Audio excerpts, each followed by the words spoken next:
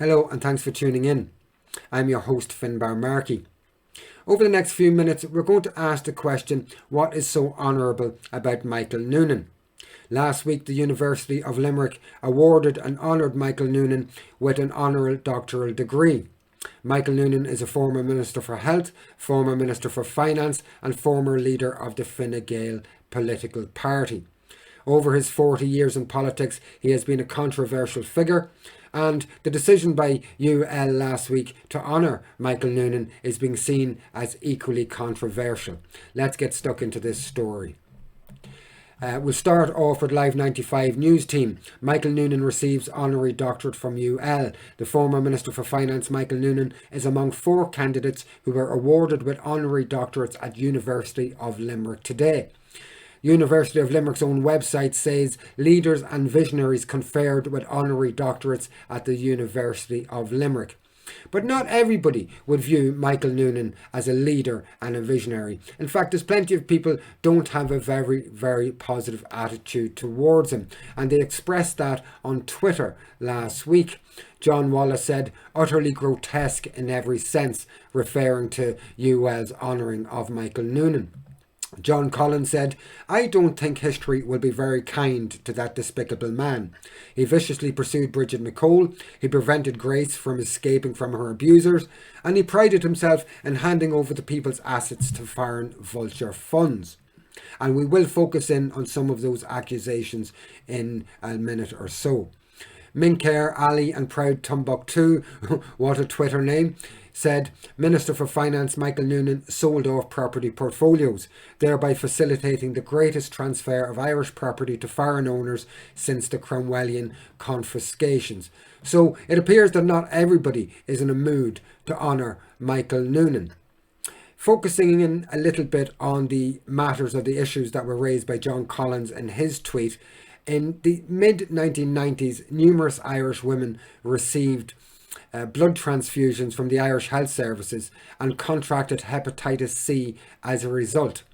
Michael Noonan was Minister for Health at the time, and he stood in the Irish Dáil of the Irish Parliament, and he tried to character assassinate those women and suggest that it was their own lifestyles that led to them contracting hepatitis C. Later on, Michael Noonan would try to distance himself from those remarks, but would also try to distance himself from the vicious legal team approach in which the Irish Department of Health did everything to try to stop those women going into the Irish courts to seek justice and to seek recognition for what had happened to them. This is a story from the Irish Independent from 1997. Letter shows that the state saw Bridget Nicole not as the victim but as the enemy. From the start of his involvement with the aftermath of the hepatitis C debacle, Michael Noonan seemed determined to hold the departmental line. This meant firstly insisting that the expert group report published in February 1995 was the last word on the scandal.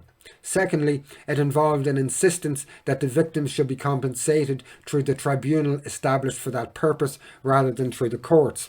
The tribunal made awards without admission of liability, whereas the courts would seek to establish in essence who was to blame. The Independent went on to say the most significant revelation yesterday was that this letter was shown to Michael Noonan before it was sent and was not altered after he's seen it. It seems that a minister who ought to have primarily been concerned to uphold the rights of a woman who had been fatally poisoned by a state institution was at least tacitly in agreement with the issuing of a threat to that woman. Yet the firm impression conveyed by Mr. Noonan's statement on the issue was that his role was much more distant. In October 1996, after Mrs. McColl's death, he strongly implied to the Dáil that he was not involved in the BTSB legal strategy. He had, he said, been informed of what was going on, but I was not asked for my permission. I was not asked to make a policy decision. Whether deputies like it or not, the BTSB is a separate legal entity. It would be totally improper of me to try and give direction on the matter. And that was clearly Michael Noonan tried to distance himself from the fact that he did have an input and he did have responsibility at the time. Publicinquiry.ie and Anthony have a far more straight down the line approach and attitude and analysis to Noonan's involvement in the hepatitis C scandal.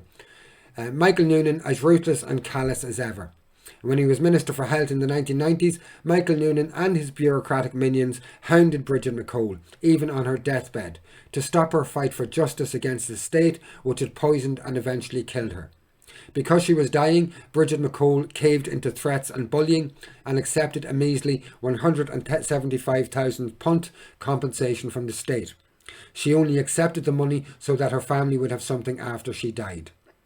Michael Noonan's behaviour throughout was ruthless and callous.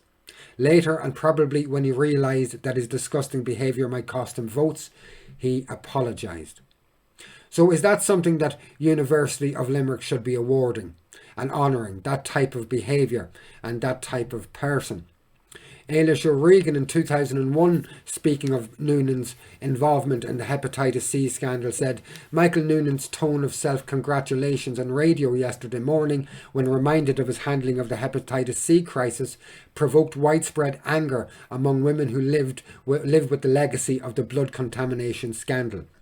Positive Action, the group representing women who were infected with hepatitis C through anti-D, believe he has never properly apologised to them, in contrast to the man he deposed, John Bruton, who is on record as regretting the stand taken by the Rainbow government in its refusal to set up an inquiry.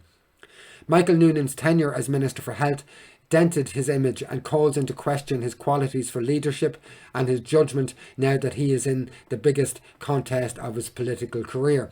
So the University of Limerick, just to remind you, leaders and visionaries were conferred with honorary doctorates, and yet down here we have 𝐅𝐢𝐬𝐴 saying very clearly that Michael Noonan does not have good leadership qualities.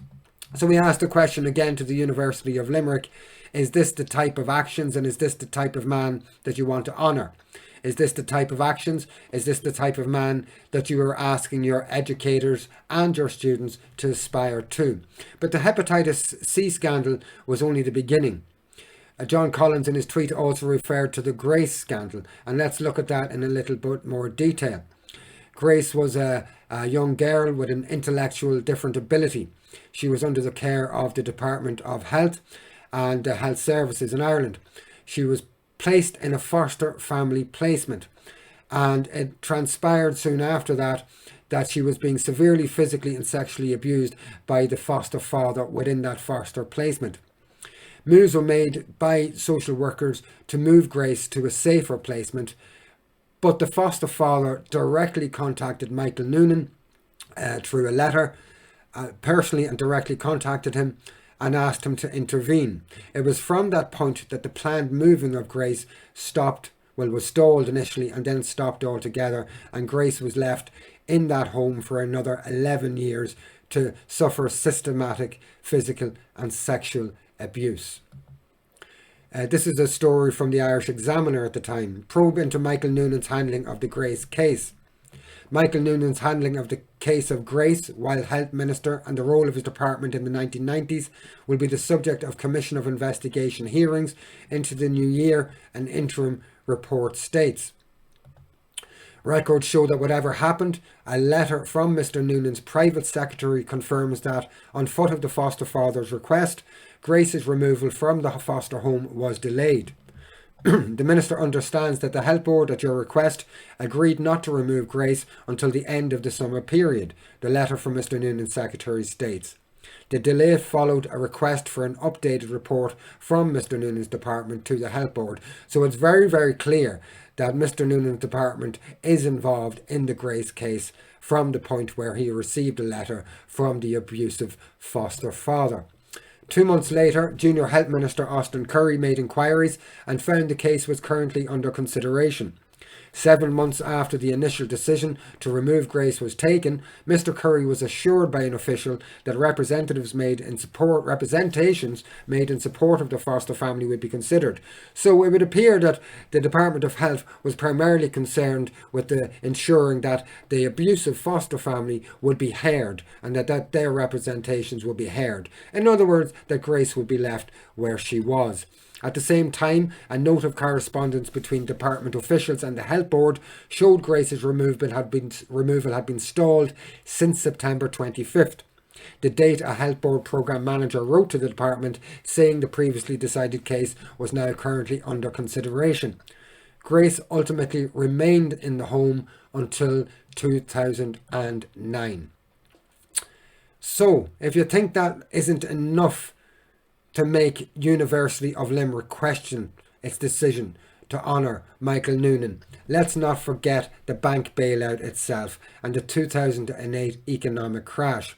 Michael Noonan, his party, the Fine Gael party, inferred strongly that they would burn the bondholders and that they would stand up for the Irish people in negotiations in relation to the banking bailout of 2010 and 11.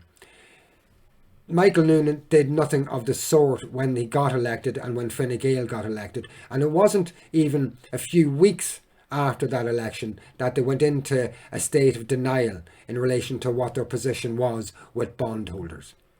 Noonan, I never promised I'd burn senior bondholders. Michael Noonan has insisted that Fine Gael had never promised that it would unilaterally burn senior bondholders in Ireland's banks, although the party is supportive of doing so. Speaking on the Dáil this afternoon, Noonan said that while he had always felt that the price of requiring the bank sector would be shared with private bondholders, this had never been a pre-election promise of Fine Gael. So basically, Noonan went on TV, went to the newspapers saying how the bondholders should be burned, how none of their debts should be paid. It's insisting basically to the Irish people that that would be the position that they would take if they got elected. They got elected and they did the exact opposite. Once more, University of Limerick, is this the kind of guy that you should be honouring? If anybody wants to know why did the University of Limerick honour Michael Noonan, who knows? Maybe it was because of some kind of psychophancy.